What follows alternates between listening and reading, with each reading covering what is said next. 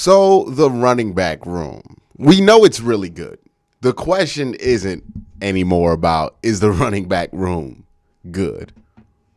That we kind of know the answer to that. The question about the running back room is it good enough to carry the team? Because if Watson is suspended for a significant amount of time and is recording this video at 2 p.m., I have no idea what Watson's suspension is going to be. By the way, it's 2 p.m. July 25th when I'm recording this. So something comes out afterwards, then we'll talk about that. But, as of right now, I think everybody's at least anticipating that the Browns are going to have to deal with a suspension of some period with Deshaun Watson. We'll see how all that handles out. But if that's the case, we're going to rely on this running back room a lot, given that the wide receiving room's not a strength, tight end room's not a strength, but wide receiver and offensive line, well, not wide receiver, running back and offensive line, most certainly a strength. So let's go through the room. Let's go through every player in this room and talk about if this room is as strong as the Browns need it to be to carry it for a significant portion of the season. Because I think that's a different conversation than is this room good? We know the room is good. All right, so the first player we're going to talk about is the only player right now that does not have a current grade, which is the rookie, the fifth round pick, my bad, Jerome Ford out of Cincinnati. Did some real impressive stuff last year in Cincinnati. Former Alabama running back, transferred to Cincinnati, had an okay first year, really strong second year, especially a really strong end to the second year. Had some injuries pop on and off while he was over at Cincinnati kind of consistently, so that's a little bit of a concern for him. But overall, a pretty strong running back prospect, fifth round pick. The Browns aren't cutting him, so he's pretty much as close as you can get to a lock to make the team. So he's probably going to make the team. And what I find interesting about Jerome Ford is he's a pretty good receiver with the football, at least at Cincinnati he was. Pretty good straight runner of it. And the competition between him, John Kelly, I guess, and whatever they determined to do with Dmitri Felton, right? Because that's a whole nother question, what you're going to do with Dmitri Felton, who I don't even know if he's listed as running back anymore. No, he's listed as wide receiver according to Pro Football Focus, but he's also technically in this running back conversation. And when there's this much to say about like the seventh dude that we're going to be talking about, that tells you just how crazy deep this room is. All right, so that is that player. Now let's talk about the next player on the list, Johnny Stanton. He's the only fullback on the list. So the question isn't if Johnny Stanton's going to make the team. The question is, will they continue to have a fullback on the team? Now, I thought they would have gotten rid of the fullback a long time ago when they drafted Harrison Bryant, because Harrison Bryant can do some of that H-back stuff. But the lack of depth at tight end makes me feel like they're probably going to keep a fullback, but instead of listing that fullback under running back, that fullback will then be put at tight end, like a lot of teams do. That's what the 49ers do with Kyle Juszczyk. So, and also the Ravens are a glaring example of another team that has a fullback, but they're not really a fullback. They're more of a tight end. I think that's probably the route they're going to go down. I guess Johnny Stanton's job to lose in this case, but I just don't see any compelling competition for him here, right? Even if you look at the tight ends, which are kind of cheating, Marcus Santos Sylvia is a former basketball player. There's no chance in hell he's going to be a fullback. And they don't have a lot of other blocking focused guys here. So I think they will keep Johnny Stanton. I think he's going to technically have a position change to tight end because I don't think the Browns have a lot of excess there that they're going to keep at tight end this year. It just seems like they're going to be very thin at that position, given that you already have 5 running backs, technically 6 that you kind of want to keep. It's going to be a difficult logistic move by this team to keep all these players that could be listed on the running back on the roster. How are they going to divvy them up And what other responsibilities are they going to give these players to justify keeping them on the roster with the position group as deep as the running back room is? That is another question, right? John Kelly is another guy who's a really solid running back. I think, like, and when I say really solid, I mean for what his role is, which is he's a third, fourth kind of string running back. He's a guy that's going to be practice squad bound to, maybe on a bad week, your backup, but not somebody you're going to want to see get extensive snaps. Didn't really play much last year. Comes in with a 64.3 Pro Football Focus grade, but like irrelevant. He played 3 snaps last year. Yeah, I like John Kelly. I think he's a great camp leg to bring in there. He's going to take some blows during preseason games. I think he's pretty solid for what his role is going to be asked to be, which is pretty much non-existent. He's another guy that, unless he has like the best special teams ability on both sides of special teams, he's probably not going to make the team. All right, now let's jump into the guys who are more of an interesting conversation. We're going to have to talk about Dimitri Felton when we do wide receivers and running backs because he's in both, right?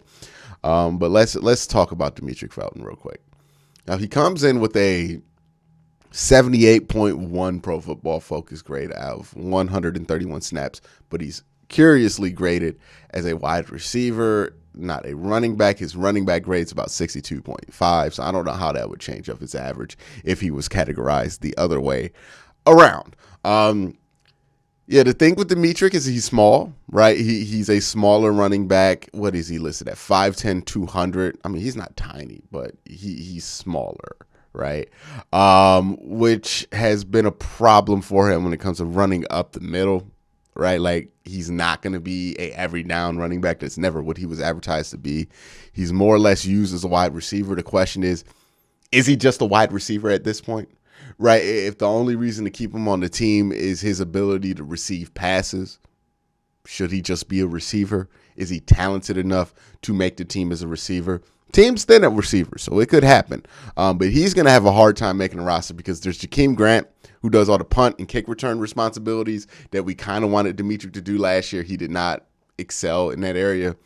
And then when it comes to receiving and running the running back route tree, which is a much more limited version of that route tree than a wide receiver route tree, Kareem Hunt's as good as that as anybody, and Jerome Ford projects to be just as good as that as anybody. Like, it's not a difficult task. Well, I don't want to say not a difficult task, but it's not an overwhelmingly unique skill set for a running back to be able to run the running back skill tree, the route tree, right? So that's not much of a concern there. So the question is he good enough at wide receiver doing the wide receiver stuff, right? Can they carve out a Deebo Samuel type role? That's the one thing, right? If he can be a end around guy, a reverse guy, and excel in that, then he could make the team, right? Because Anthony Schwartz, I just don't feel like that's what he is meant to do. I think he's a guy who's just going to run 9 routes. I don't think you want Anthony Schwartz getting the ball close to the line of scrimmage. I don't think that's how you want to use him. Jakeem Grant's also somebody they could use in that spot, but that would be a Band-Aid. Jakeem Grant's not a long-term solution. Dimitri Felton's young and cheap, so maybe he could stay on the team, be used very limitedly this year, and then after this year, they would expand his role. But that's how I could see him making the team. He's going to be one of the most interesting bodies to watch in camp because, like, I have no idea what his route is to make the team. All right, so now the next guy on the list is Kareem Hunt, actually, if we're going by Pro Football Focus grades. Coming in with a 74.4 total grade, graded out at 74.3 as a runner, 67.5 as a receiver, 66.9 as a pass blocker. Kareem Hunt, the book's kind of out on Kareem Hunt. He's a really good running back. For those of you guys who don't know the difference between his style and Nick Chubb's style, it's interesting when you watch them both because if you look at the body, right, Nick Chubb comes in at like 5'11", 227, where Kareem Hunt's like 216 pounds. So Nick Chubb's significantly bigger than Kareem Hunt, but Kareem Hunt's running style makes it so if you're in a goal line situation or if you're just like in a 3rd and 1, 4th and 1 type deal, and you need to run the ball, I actually feel more comfortable with Kareem Hunt, because whereas Nick Chubb's more patient, he's willing to wait for things to develop, and he likes to use that edge to get downhill in his runs. Kareem Hunt, he just picks a direction when he runs the football, and it's like shooting a shotgun. Kareem Hunt is when he runs, right? Like, he just goes downhill like with reckless abandon. And sometimes he runs into the back of his lineman, but sometimes he runs through the back of his lineman, through like 3 different guys, and then just like bumbles and stumbles for like 25 yards. It's one of the more fascinating running styles I've ever seen. And you know, if you watch a lot of Browns football, I'm pretty sure you're familiar with what I'm talking about. Like, Kareem Hunt just literally gets shot out of cannon. He don't really zigzag on the line of scrimmage too much. He doesn't mess around. He's one cut and go. And that's why he's such a great fit in this zone scheme. So I think he's going to have a role here. I think also with the emptying of these boxes because of a lack of, well, not because of a lack of, but because of Deshaun Watson's potential presence on this team, again, I don't know what this suspension is going to be, is also another reason why, you know, Kareem Hunt could have a breakout year. Also being more visible or being able to be seen more in those receiving situations is something that could be helpful too for Kareem Hunt. Either way, Kareem Hunt as your 3rd highest graded running back is pretty crazy, given that he has a 74.4 grade, which is really good. All right, let's go to the 2nd highest graded running back, which is Ernest Johnson at 81.4, ranked 8th out of 62 running backs last year on 332 snaps. So absolutely a qualifying sample here. Had a 90.6 run grade, which is highest on the team.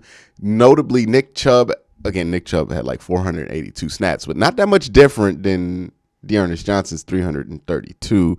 And then when you look at run snaps, Nick Chubb did have over 100 more run snaps as well. But it's not significant enough to be insignificant of a difference, if that makes any sense to anybody. But there's a difference in snap count is what I'm saying. But the difference isn't so much that you can just throw this out. 90.6 run grade for Ernest, 80.6 for Nick Chubb. And Nick Chubb was excellent last year. Not as excellent as we have seen him before, but pretty good. 80.1 pass blocking grade. Not a great receiver. 42.7. That's his big downfall as a running back. But he can pass block. He can run. It's kind of difficult, right? Because he can't really run routes well. So you want to have him in a 3rd down because he's a really good. It's the same ordeal that you have with Nick Chubb. You want to have him in on 3rd down because he's a really good pass protector, but also he's a liability as a receiver on the field at times. So that's a problem. But Ernest is a lot like Nick Chubb, although significantly different build, right? 5'10", 207. Very patient runner. He doesn't like to get downhill to the edge like Nick Chubb does and guys like Derrick Henry do. He's more or less of a guy who likes to do the Le'Veon Bell stuff. If you remember how Le'Veon ran, where Le'Veon would cut up, wait for the middle to open up, and then kind of down cut that way. Like, he runs in a very patient, like he kind of runs in slow motion out there. And I think he's somebody who is interesting as a running back, Ernest Johnson, because I don't know if he's good to be a number 2. I think he's one of these guys in the NFL. Either he's your 1 or either he's your 3. And I think that's why he's fallen into this awkward spot in his career where he was the 8th best running back in football. Nobody signed him in free agency. Nobody even tried to sign him. He had to sign his tender. So there's not that much of a demand for Ernest Johnson, even though you could have had him for relatively cheap. And I think that's because you either have to commit to him as your 1 or he's a 3rd running back. And the money you would give Ernest Johnson would be cheap for a 1, but you feel like you highly have a better 1 Ernest Johnson. But also, if you sign him to be a 3, he's not a good 3. Well, he's a good 3, but he's a very expensive 3. And I don't think he works as a 2, 2nd running back because, again, the reason Kareem Hunt makes so much sense behind Nick Chubb is because I know it's a cliche, but it's a change of pace. And not because one's faster than the other, but because one makes decisions faster than the other, right? When you get used to Nick Chubb and how he plots and kind of waits, as a linebacker, you would probably be more hesitant to crash in on a hole because you don't know if Nick Chubb's going to choose that hole. Then Kareem Hunt comes in there, boom, shoots before you can even make a decision, and all of a sudden it messes with your ability to anticipate certain things in the run game. Where, as with Ernest, if you have Ernest and Nick Chubb out there, they're pretty much going to be the same thing to that linebacker where, hey, I'm just going to wait a couple of seconds to see where they go before I react, and it doesn't throw them off the same way that Kareem Hunt can. So that's the big dilemma, right, with Ernest is he's a really great he's probably the best 3 in football right now. That's not a hard crown to get, but he's the best 3rd running back you can have. And he's a great insurance option in case of an injury to Nick Chubb. Because I think if he's in there and you still have Kareem Hunt behind him, you're fine. But if Kareem Hunt goes down and Ernest Johnson is behind Nick Chubb, I do think you lose something. I think that match fit matters when it comes to the run game. That's the problem with Ernest is he's really great when he's your 1. He's not necessarily super useful when he's your 2. And it's hard for him to get snaps because of that unless somebody gets injured. But you can't have a better insurance policy than Ernest Johnson. So, again, he's great to have there for depth. For that reason alone, I don't see the Browns moving off of him because you do need Nick Chubb insurance. He's a running back who does have, not in the NFL, but had in college some significant injury history. But speaking of Nick Chubb, let's talk about Nick Chubb. 81.7, ranked 7th of all running backs. Had a 74.3 run grade. No, that's Kareem Hunt. Nick Chubb had an 80.6 run grade and an 80.5 pass block. So he's really good at pass blocking. There's not much to be said about how good Nick Chubb is. We are all kind of aware of how good Nick Chubb is. I would say last year he wasn't as good as what we're used to with Nick Chubb, which only speaks to how good Nick Chubb is. So I expect, again, similar to Kareem Hunt, seeing more open space, less stack boxes, probably going to help out Nick Chubb a lot. But to the question, right? When you look at this room, you ask yourself the question, is this room good enough to carry the team? I think so. Not just because Kareem Hunt and Nick Chubb by themselves, I believe they're good enough, but because I think you have excellent insurance if something happens to one of those guys. If Nick Chubb goes down, I think that Ernest Johnson is as good as Nick Chubb insurance as you can get. The Pro Football Focus grades you take them with a grain of salt, but they're pretty convincing, right? And then when you take that up with what you've seen on tape, he's a really good replacement for Nick Chubb if Nick Chubb gets injured during the case of the season. I don't think you can have a better replacement. Now, last year, I don't think they had a great replacement for Kareem Hunt. I think that's where Jerome Ford comes in, and he becomes that replacement for Kareem Hunt, or insurance policy for Kareem Hunt, forgive me, depending on how far along he can come during camp. But because of that, right, because this isn't just reliant on 2 people, and I feel like even if those 2 go down, you have a good enough tandem behind you to still carry the offense against not great teams, right? Like, you're not going to beat the Chiefs with this, but I think you can beat league average to some league above average and obviously below average teams with this core of running backs if you utilize them correctly, and if you defensively you put the running game in a situation where they can stay on the field.